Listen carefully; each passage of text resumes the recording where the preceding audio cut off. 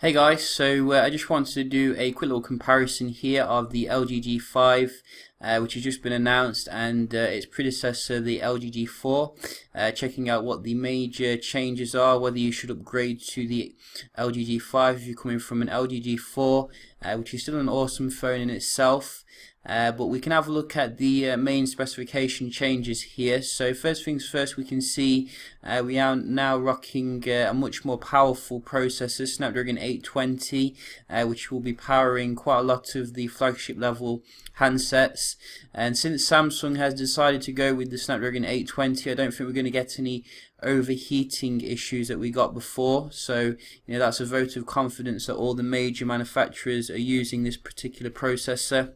So that's up from the Snapdragon 808, which was very competent, but not quite as high end as the Snapdragon 810 in the Nexus 6P and other handsets.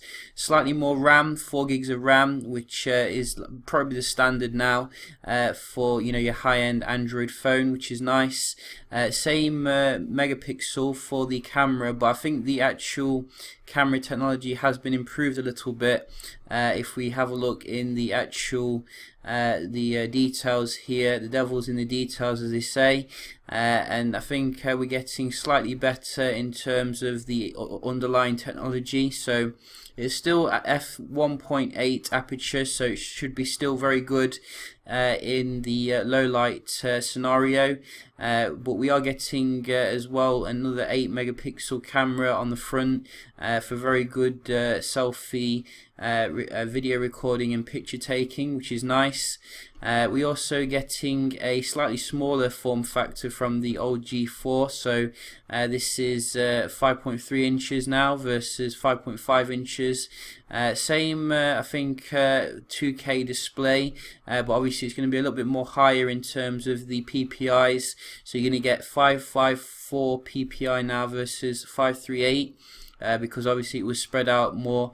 Gorilla Glass 4 on the new G5 as well, which is very nice, and also nice updated user interface. It's actually called the Optimus UX interface, which I don't really hear banded around too much, and that'll be over Android 6.0, obviously Marshmallow, which is very nice. The graphics is going to be bumped up Adreno 530, which looks like a beast in terms of its 4K abilities. We're still getting micro SD expandability, which is really awesome, even though they have completely redesigned the form factor of the device. They're still keeping that up to 200 gigabytes, which is very nice.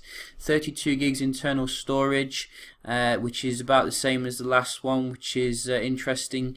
The only real downgrade here a little bit is in terms of the battery. So we're getting 2800 mAh battery versus 3000 before. However, there have been some improvements to the screen technology apparently to make it more efficient, and you can expand it using the new modular design of the phone. So if you do go camping or something, that can be pretty cool. Obviously the major difference is that actual modular design. You never got that with the LG G4. You quite fixed as to what your options were, so that's certainly going to be something fun to check out here.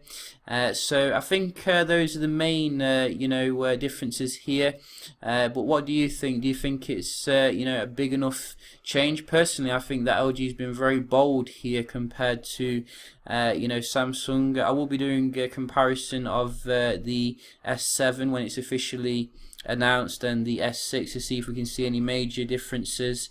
But yeah, as I said, looking forward to this one from LG, and hope you are too. Hope you found the video helpful, and I'll see you in the next one. Cheers.